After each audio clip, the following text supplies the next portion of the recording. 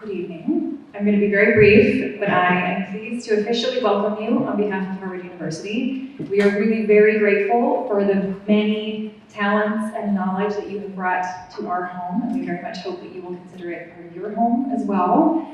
Fulbright has this long history of building international community, and thanks very much to the Massachusetts Association of the Fulbright for putting together this fantastic concert to welcome you into that community. So, welcome to Payne Hall, welcome to Harvard, enjoy the show. My name is Ashley Connard, and I'm a PhD student in computational biology at Brown. And I'm here to tell you that we as Fulbrighters have a power. That could be through art, science, writing, or music, such as what we will all share here tonight. And the power is to connect with people who aren't like us, through things like music, but also through our communication styles and the way we present ourselves. And more than that, we have a shared experience with other cultures because we live and have lived elsewhere, and we make and made friends in that place where we listened and laughed and cried together. But probably most importantly, we saw from their perspective. We worked on hard problems together, and we thought, what if we could remove barriers and boundaries that make us seem different when we're back home? What if we could advocate for the country where we lived and the people we met and learned from? And what if we could unite us all in that same mentality at a global level to achieve truly mutual understanding? Take a moment and imagine that kind of world. We can build that world as Fulbrighters in concert. That is, at its core, one of the most important pieces of the Fulbright program.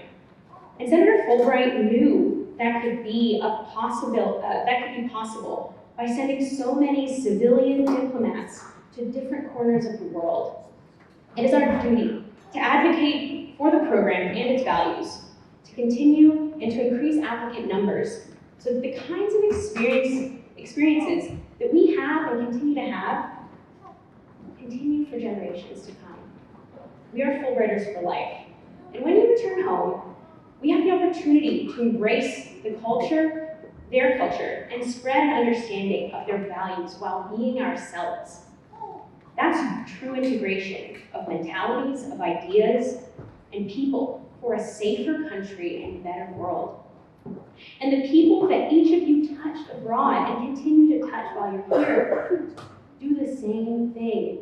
Explain your values, your ways of life, your memories that you shared with friends abroad, and all while creating a safer world through mutual understanding.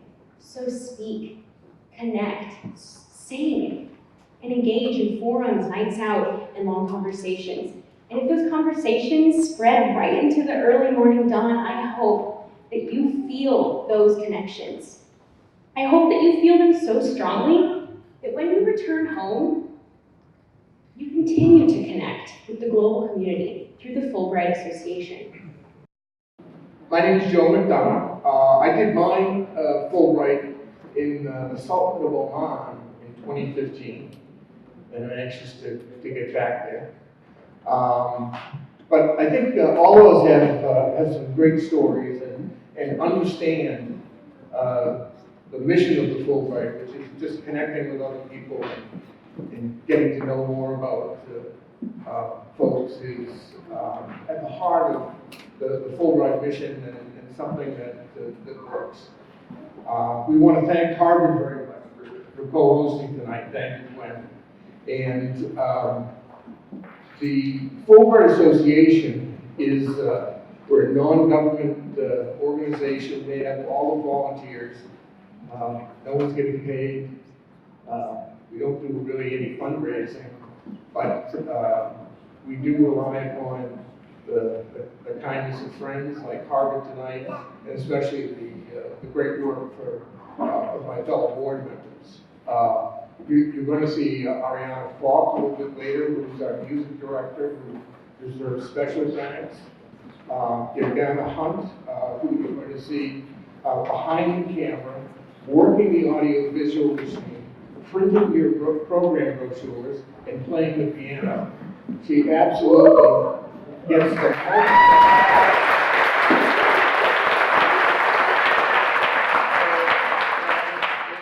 it's people on the board and other people who volunteer that make events like this happen. And I know as president, they make me look good all the time, and I really appreciate the work they do. You'll have a chance to meet Beth Bennett, who is setting up a Thanksgiving dinner matchup table so that our Fulbright alumni can have Fulbright students and scholars from other countries come join their family for Thanksgiving dinner. One of our great traditions that we want you to share. Another Harvard guy who isn't here tonight, but is instrumental in putting programs together. A lot of what you see on social media and on the videos we do was done by Mike Miner, another board member. I do want to mention that the Fulbright chapter attempts every month to have at least one event and sometimes two. Some of you are familiar with our Fulbright Pub Nights, which is always a great time.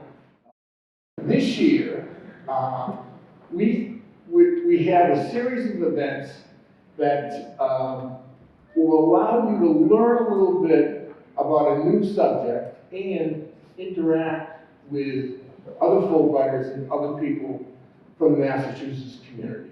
And we hope to take advantage of it. We'll do an email to folks, and we'll also post things on Facebook, and they become popular. So if you think you want to go, you need to respond quickly to get on the list. We do a program with the Kennedy Institute where you simulate being a United States Senator for a day. And this year we're going to discuss rewriting our laws on immigration and refugee policy. We also have people produce a TV show that you get behind the cameras, you get into the control room, so you learn how TV is made, and you also meet people involved in community television. We also do a program which is a tour of a lot of the historic sites in downtown Boston, except we make it the Bill of Rights tour. So you have a chance to learn about how human rights and the Bill of Rights developed in the United States, and hear from a Supreme Court judge, the person that heads up the public defender program. Last year we had the Speaker of the House address the group, so it's an interesting program where you get to see a number of different government buildings and hear from the experts and learn the history of how the Bill of Rights was developed in the United States. We do a program celebrating Martin Luther King and the African Meeting House, which, and then towards the end of the year, we do another program which is related to global warming and retaining the wetlands. It's done with the National Wildlife Service up at Plum Island, and then afterwards, folks come over to my house for a little bit of dinner and wine and good conversation, and everyone seems to have fun connecting with each other and having a day at the beach.